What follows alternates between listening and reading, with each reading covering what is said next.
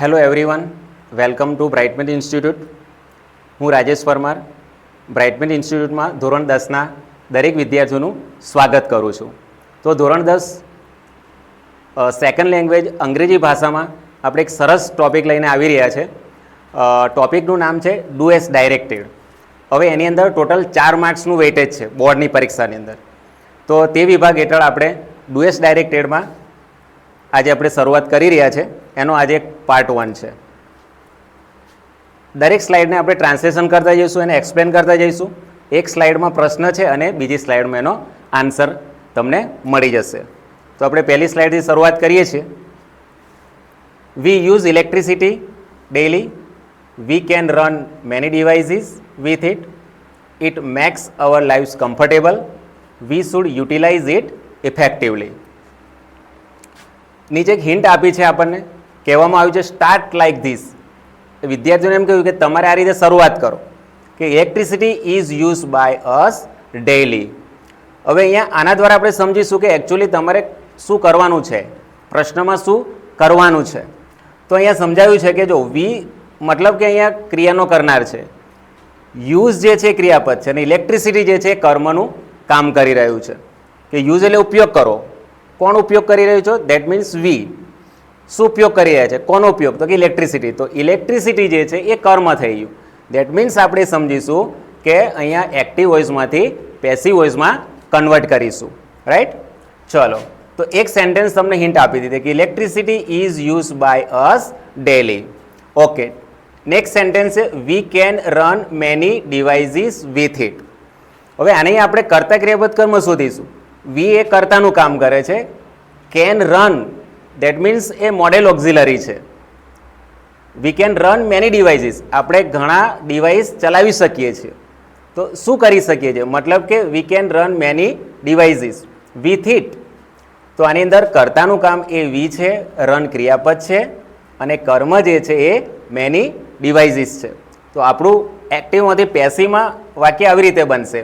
Many devices can be run with it by us. એક્ટિવમાંથી પેસિવમાં વાક્ય આ રીતે બનશે.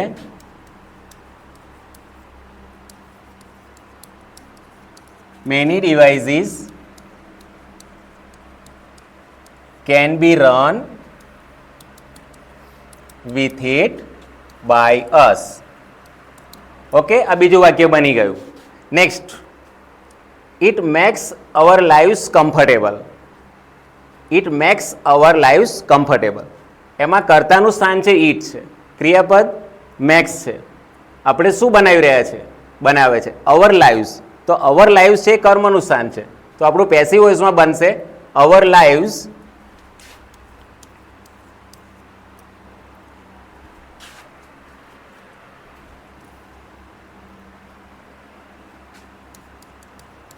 our lives are made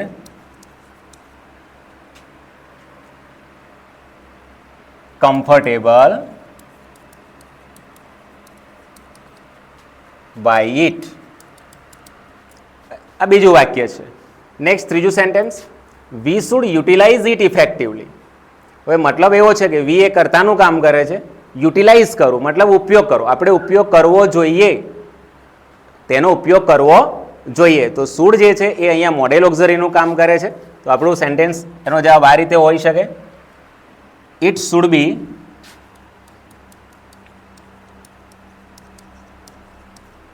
utilise effectively by us. Okay, તો આનો આન્સર નીચેની સ્લાઇડમાં રેડીમેડ મળી જશે.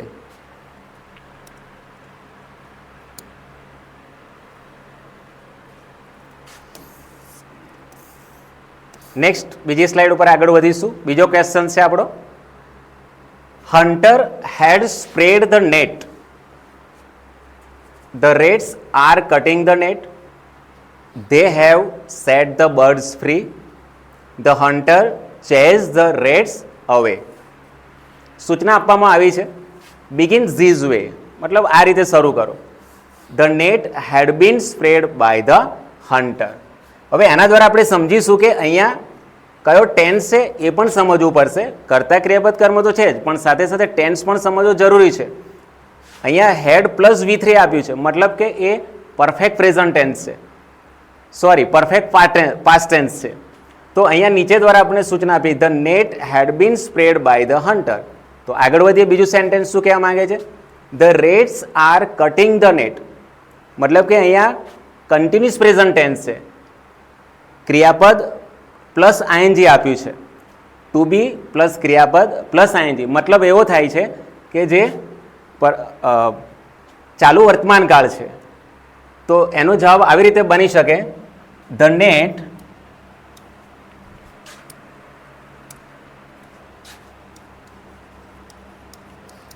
ઇઝ, એક વચન છે એટલે ઇઝ લઈશું. એમ ઇઝ આર માંથી એક વચન, એમ અને ઇઝ હોય તો એક વચન છે, આર કર્મ જો બહુવચનમાં હશે તો આર લઈશું.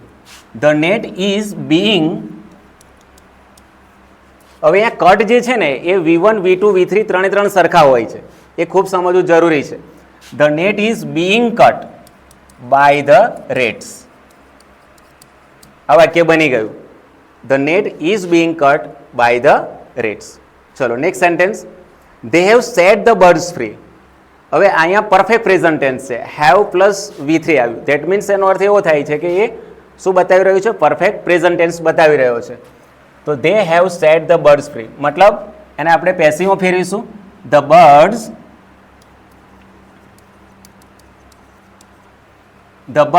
હેવ. હવે બર્ડ્સ જે છે એ નાઉન છે, પણ એઝ અ કર્મનું કામ કરે છે અને એ પ્લુરલ છે, મતલબ કે બહુવચનમાં છે, એટલે હેવ લઈશું, હેવ સેટ. હવે જ્યારે પૂર્ણકાળ હશે, પૂર્ણ વર્તમાનકાળ, પૂર્ણ ભવિષ્યકાળ, પૂર્ણ ભૂતકાળ, તો અવશ્ય ત્યાં V3 આપેલું જ હશે, એટલે લગભગ અડધો આન્સર આપણી જોડે તૈયાર છે એમ કહો તો પણ ચાલશે. તો the birds have set free by ધેમ.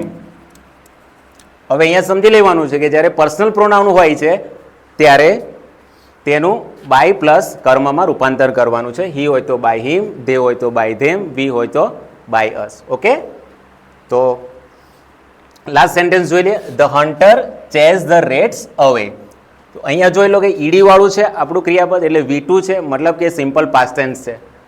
તો ધ રેટ્સ, એનો જવાબ આવો બનશે, ધ રેટ્સ બહુવચન છે એટલે were chased away by the hunter.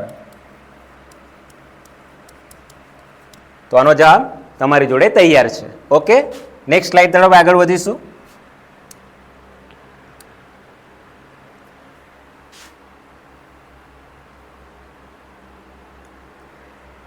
Next slide શું કહેવા માંગે છે? I am a hostel boy, I live in a small village near Anand. My father is a farmer. I go to my village 3 times in a year. મતલબ કે હું હોસ્ટેલમાં રહેતો છોકરો છું, હું નાનકડા આણંદ નજીક નાનકડા ગામમાં રહું છું, મારા પિતાજી એ ખેડૂત છે. I go to my village 3 times, વર્ષમાં 3 વાર જાઉં છું. નીચે શરૂઆત કરી છે વી આર હોસ્ટેલ બોયઝ. હવે અહીંયા સમજો, અહીંયા પેસિવ વોઇસ નથી, અહીંયા આઈનું સમજી લો. અહીંયા શું કરવામાં આવ્યું છે એ સમજો. First person singular, that means પહેલો પુરુષ એક વચન, અને અહીંયા નીચે તમને સૂચના આપી છે વી આર, દેટ મીન્સ કે આપણે એને પ્લુરલમાં લઈ જવાનું છે. આ જે સેન્ટેન્સ છે એને આપણે સિંગ્યુલરમાંથી પ્લુરલમાં ફેરવીશું. એક સૂચના આપી છે કે we are hostel boys. Next line, I live in a small village near Anand. That means આઈ છે એટલે નો ડાઉટ કે આઈનું વી બની જશે, તો એનો આન્સર આવો બનશે, વી live in small villages near Anand. My father જે છે, તો માય એ સંબંધક સર્વનામ છે, આઈનું માય, તો વી હોય તો શું બનશે? વીનું અવર થઈ જશે. ઓકે, તો અવર ફાધર્સ આર ફાર્મર્સ. હવે એ પણ ધ્યાન રાખો, જો કોઈ પણ નાઉન હશે, જાતિવાચક નામ હશે, તો તેની આગળ એક એન આર્ટિકલ મૂક્યો એટલે સમજી લેવાનું કે એને આપણે સિંગ્યુલરમાંથી પ્લુરલમાં લઈ જવું છે. તો એ ફાર્મર છે, દેટ મીન્સ ફાર્મર. આન્સર શું બની જશે? ફાર્મર્સ. Okay, next line.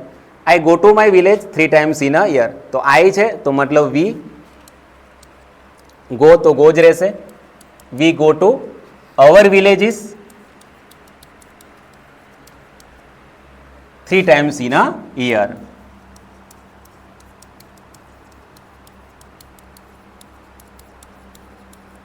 તમારો જવાબ તૈયાર છે. ઓકે, આગળ વધીશું.